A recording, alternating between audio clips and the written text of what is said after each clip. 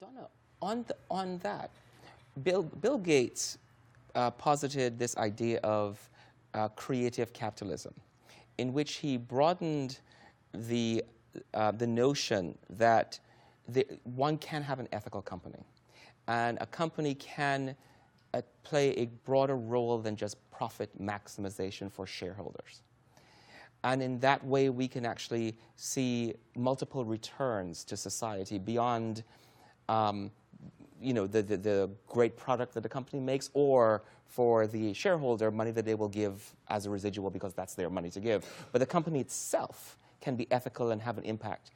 But a lot of people oppose that view and say, no, companies should be limited to profit maximization, sort of in the Friedman sense. Do you agree with that?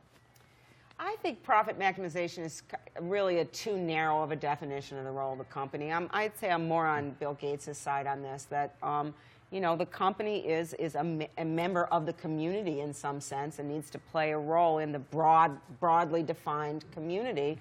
And, you have to be careful about it, because certainly you have to pay attention to profits and investors as one very key element of that community, because if you don't pay attention to them, they're not going to keep financing your company, and you're not going to have a company, and all your wonderful things for employees are going to go away. So I think, it's a balancing act. It's all about being balanced. But I think that part of that balance are those other constituencies. So I don't understand the notion of taking one constituency, investors, and putting them way above all of those other constituencies. To me, doesn't make sense intellectually, but it also doesn't make sense for the long-term health of the company. I think the long-term health of the company will be far better if the company is trying to balance all those constituencies. Having a great place for employees to work, for example.